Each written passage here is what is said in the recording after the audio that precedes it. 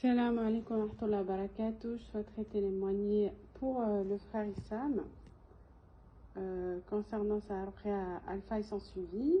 Tout d'abord, je souhaiterais remercier Allah Azza wa Jalla de l'avoir mis sur mon chemin.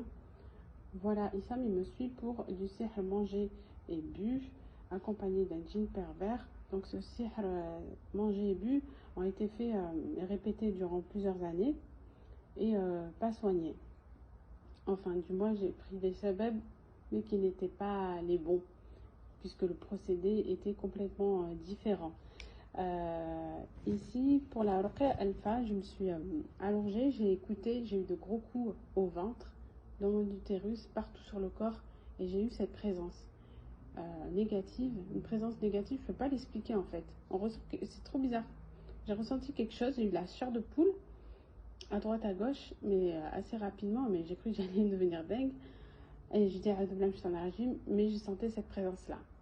Après, Issa m'a donné une sourate qu'il fallait que j'apprenne à lire, très longue, et pour moi qui me semblait insurmontable. Il m'a dit, voilà, il faut que tu la fasses en ruqya toi-même. Donc du coup, en fait, je me lève, j'ai à peine commencé que là, ça toque à ma porte. Ça toque à ma porte. Et là, il n'y a personne. Il n'y a personne. Donc, en fait, moi, je suis flippette à la base. Je sais pas d'ailleurs comment je fais pour supporter tout ça seule. Et donc, du coup, là, j'ai mon cœur qui s'accélère. Je commence à transpirer. Je suis pas bien.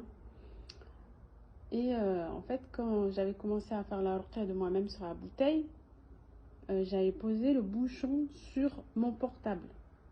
Donc, du coup, j'essaie de continuer malgré cette ambiance, ces bad vibes. Et là, il y a le bouchon, il fait un tour sur lui-même sur le portable et il descend du portable, quoi. C'était assez c'est violent, sachant qu'il n'y avait pas de courant d'air, la porte était fermée. Même ça aurait été du vent, il n'aurait pas eu cette force-là. C'était une force, et là, j'ai senti vraiment de bad vibes. J'ai vite contacté Issam. Issam m'a dit, écoute, là, le djinn est en train de péter un câble. Donc, du coup, après, je fais la vidange. Et je vomis du sihr. Voilà. Je fais des cauchemars. Les cauchemars ont repris et j'ai des courbatures partout.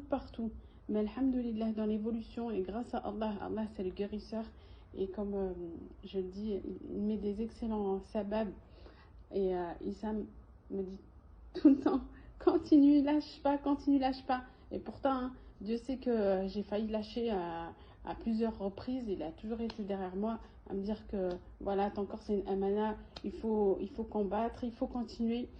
Et là, alhamdoulilah, avec une belle évolution de 90%, il me reste juste ces 10%. Parce que sur mon plan personnel, professionnel, il y a eu de très très belles évolutions. Même à côté de ça, j'ai eu une situation très très difficile à résoudre. J'ai demandé conseil à Issam. Il a pu me donner d'excellents conseils que j'ai appliqués. Alhamdoulilah, ça va beaucoup mieux dans ma vie. Et